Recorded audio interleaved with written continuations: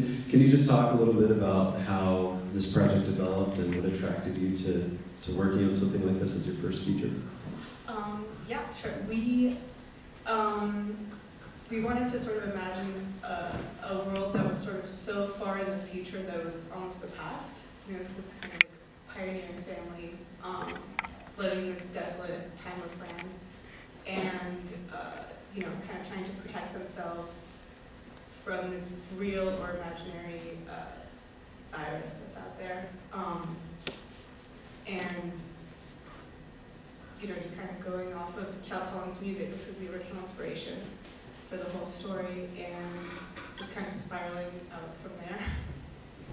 And Iceland was the perfect setting for that, because it feels like you landed on the moon when you go out there.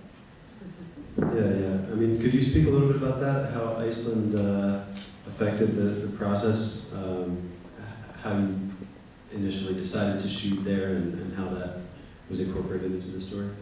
Well, so Cailin, who shot the movie, was right there. Was my partner. We met in Prague 2 years ago with Krummi, who co-wrote the story with me, and one day he was like, "Do you want to go see this Icelandic band?" Like, yeah, sure. And we were totally blown away, and just started kind of coming up with this, what was originally like a music video treatment for one of their songs, and then it just kind of kept on snowballing into this bigger story, and we realized that it was very narrative and very, just kind of a bigger story. And so we talked to them about it, and they liked it so much, they're like, well, we'd rather create original music to go with the film. So it was sort of the music that begat the film that begat the music. And then, once we started talking more with them and started developing the story more, we never thought of shooting it anywhere else but in Iceland. Like, it just seemed like the perfect setting. And because the band's all there, we just kind of set our mind on Iceland and never looked back.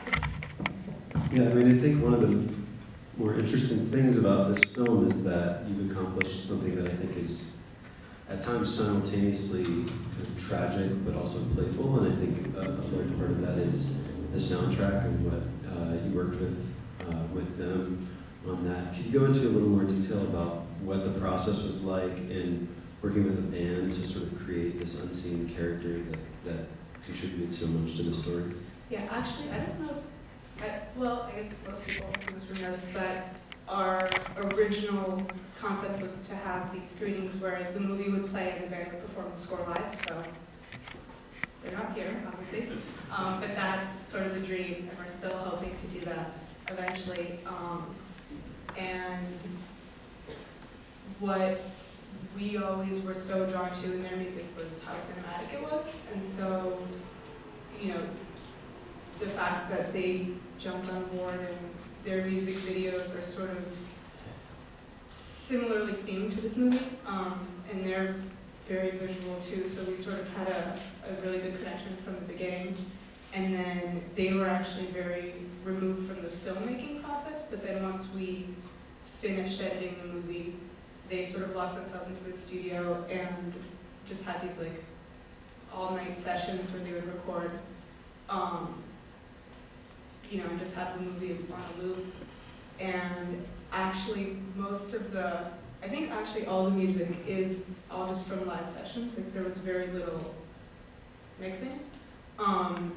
And it all just happened to kind of magically fit with the timing of the movie, so it happened really fast.